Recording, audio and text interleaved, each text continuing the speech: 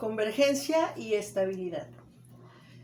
Recordemos que ya hemos hablado de las cifras significativas, de lo que significan, pero realmente las vamos a tomar en cuenta cuando estamos trabajando con punto flotante. Por ejemplo, tengo el número 0.7539 y entonces quiero que tenga 4 cifras significativas, obviamente a partir del punto flotante, por 10 elevado a menos 3, por ejemplo. O bueno, 3, para que sea muy grande. Eso quiere decir que el valor debe estar entre 0.75385 y 0.75405. Eso significaría que tiene 4 cifras significativas. Si lo regresamos a su notación original, que sería 1, 2, 3, es 753.9, ustedes dirían, bueno, es que no tiene 4 cifras significativas, tiene una después del 0. Las cifras significativas son en la notación de punto flotante. Ahí están las cifras significativas. Si por ejemplo fuera 0.000193, en punto flotante 0.193 por 10 elevado a menos 3. Por lo tanto, las cifras significativas son 3 cifras significativas. Es lo que yo estoy poniendo aquí. Significa que el valor está entre 0.1925 y 0.1935.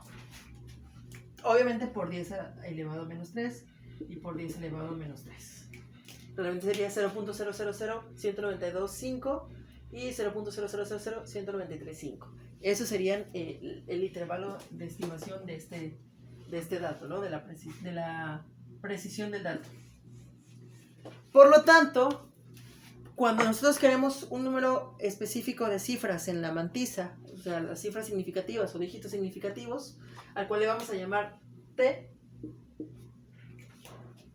si se dan cuenta siempre le sumamos 0.5 más de la última unidad que tengamos.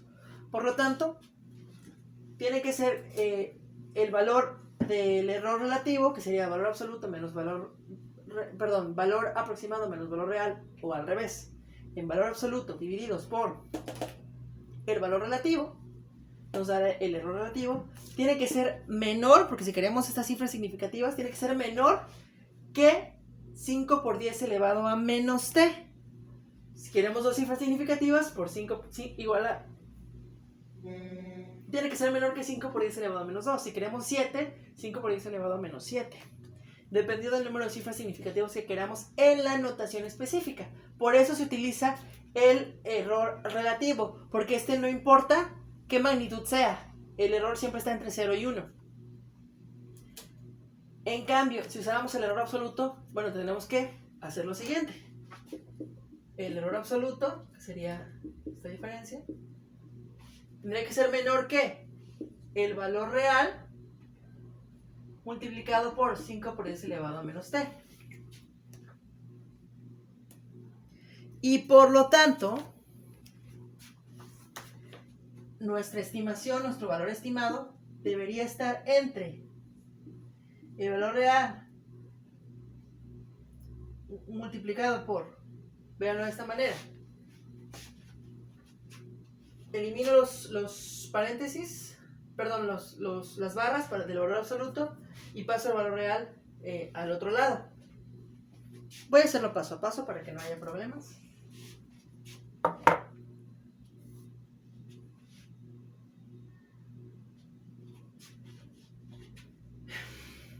Valor absoluto menos valor real menor que valor real 5 por 10 elevado a menos t. Y valor absoluto menos valor real mayor que valor real por 5 por 10 elevado a menos t. Todo esto por lo de valor absoluto que incluye ambos términos. Entonces, aquí me queda que es menor que el valor absoluto es menor que valor real por 5 por 10 elevado a menos t más el valor real. Y aquí tengo que el valor absoluto es mayor que el valor real por 5 por 10 elevado a menos t más el valor real.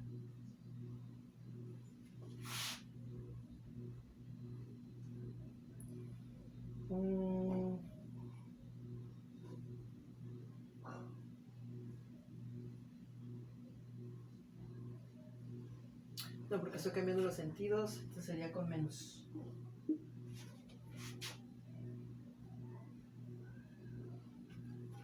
Este tendría que ser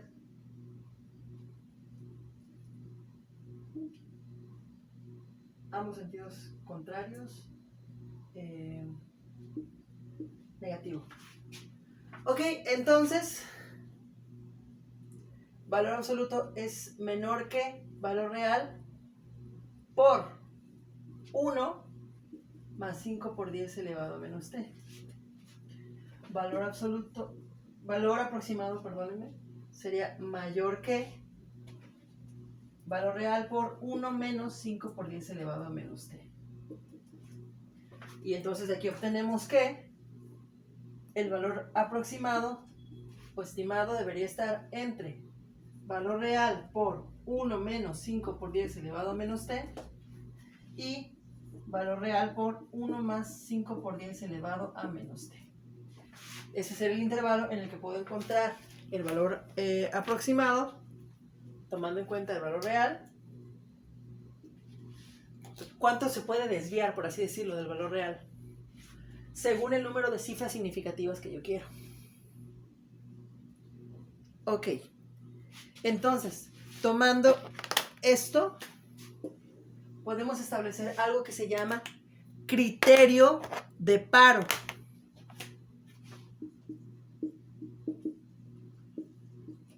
¿Cuándo vamos a detenernos al hacer una iteración al resolver métodos numéricos? A esto le vamos a llamar tolerancia. Entonces, queda lo siguiente. El error es menor que la tolerancia. Mientras el error sea menor que la tolerancia, vamos a hacer mi criterio de paro. Yo continúo. Mientras el error sea menor que la tolerancia, sigo teniendo valores dentro de este intervalo y todo está marchando,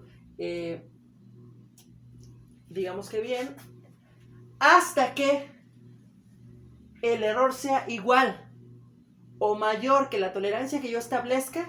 Entonces me detengo y ese es el resultado que voy a obtener. ¿Por qué? Porque ese error entonces ya no,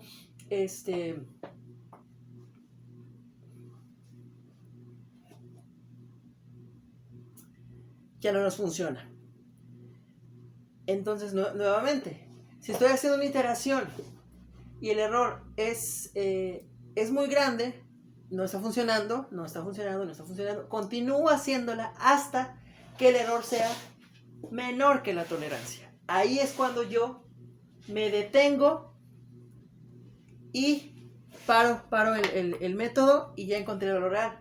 ¿Por qué? Porque cuando el error es menor que la tolerancia, el intervalo, o más bien el valor aproximado, queda dentro de ese valor estimado para las cifras significativas que yo elegí y puedo tomarlo como una buena estimación. Si el error es mayor o igual que la tolerancia, no me sirve ese dato, entonces tengo que calcular otro y calcular otro y calcular otro y seguir iterando hasta encontrar el valor que haga que el error sea menor que la tolerancia que yo estoy estableciendo. Entonces, ¿qué nos va a determinar qué tan rápido yo llego a este criterio de paro?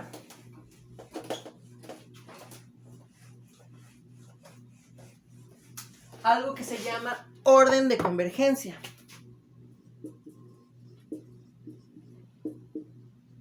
El orden de convergencia nos dice qué tan rápido se llega, pero más bien cuál es la distribución de los errores que voy encontrando cada vez. Si los errores van aumentando de forma lineal o disminuyendo de forma lineal, entonces el error absoluto sería aproximadamente igual a n, que es un número que vamos a utilizar como pendiente, por c, que es una constante, por cada uno de los errores que tenga. El error i va a ser igual a n por c, y esto me va a dar más o menos el error n que esté tomando en cuenta. Cada uno de los errores, por 5, por 7, etc. Y a esto se le llama orden de convergencia lineal. Ok.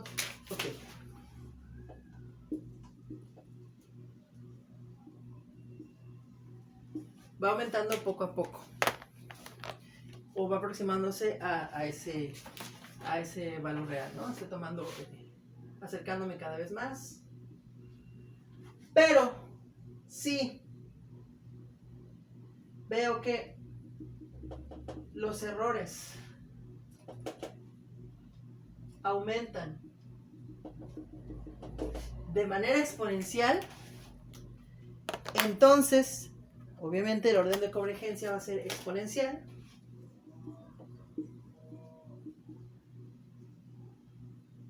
Cada uno con sus propias ecuaciones específicas para los datos, y va a estar dado por una constante elevado a n según el valor que tenga, el orden que esté utilizando, por cada uno de los errores. Recuerden que la n es el orden de cada uno. Y entonces, bueno, siempre y cuando k sea mayor que 1, de esa manera va a ir aumentando. Si fuera menor que 1 iría disminuyendo. Cuando tengo orden de convergencia lineal en mis datos o en mi método, puedo decir que el método es estable. Porque a pequeñas variaciones obtengo pequeñas variaciones. Si modifico, no sé, dos unidades el dato que estoy metiendo, le aumento 2 unidades, el resultado quizá aumente también 2 unidades o 5, pequeñas variaciones. Hay una relación lineal entre la modificación que hago en el dato y la modificación que se genera en la variable que depende, ¿no? De la fórmula. Y si es de manera exponencial el crecimiento, entonces yo veo que es inestable. Entonces, este es convergente. Ambos son convergentes, pero tienden más a la divergencia, que se alejen los datos, el error exponencial o el orden de convergencia exponencial. Recuerden que cuando los datos van aproximándose a un valor, está convergiendo ese método. Cada vez me estoy acercando a ese valor. Pero si empiezo a ver que tengo un valor y luego un valor 1.000.000 de unidades alejado, y luego un millón hacia la izquierda, y luego uno muy pequeño, luego uno muy grande, y luego se va haciendo cada vez más grande, cada vez más grande, cada vez más grande, y veo que no me aproximo a nada, entonces es divergente ese método para ese problema en específico y no me conviene. Conviene los que tengan convergencia, los que sean convergentes, y convienen más los que sean estables. Los inestables a pequeños cambios generan grandes cambios en la variable dependiente.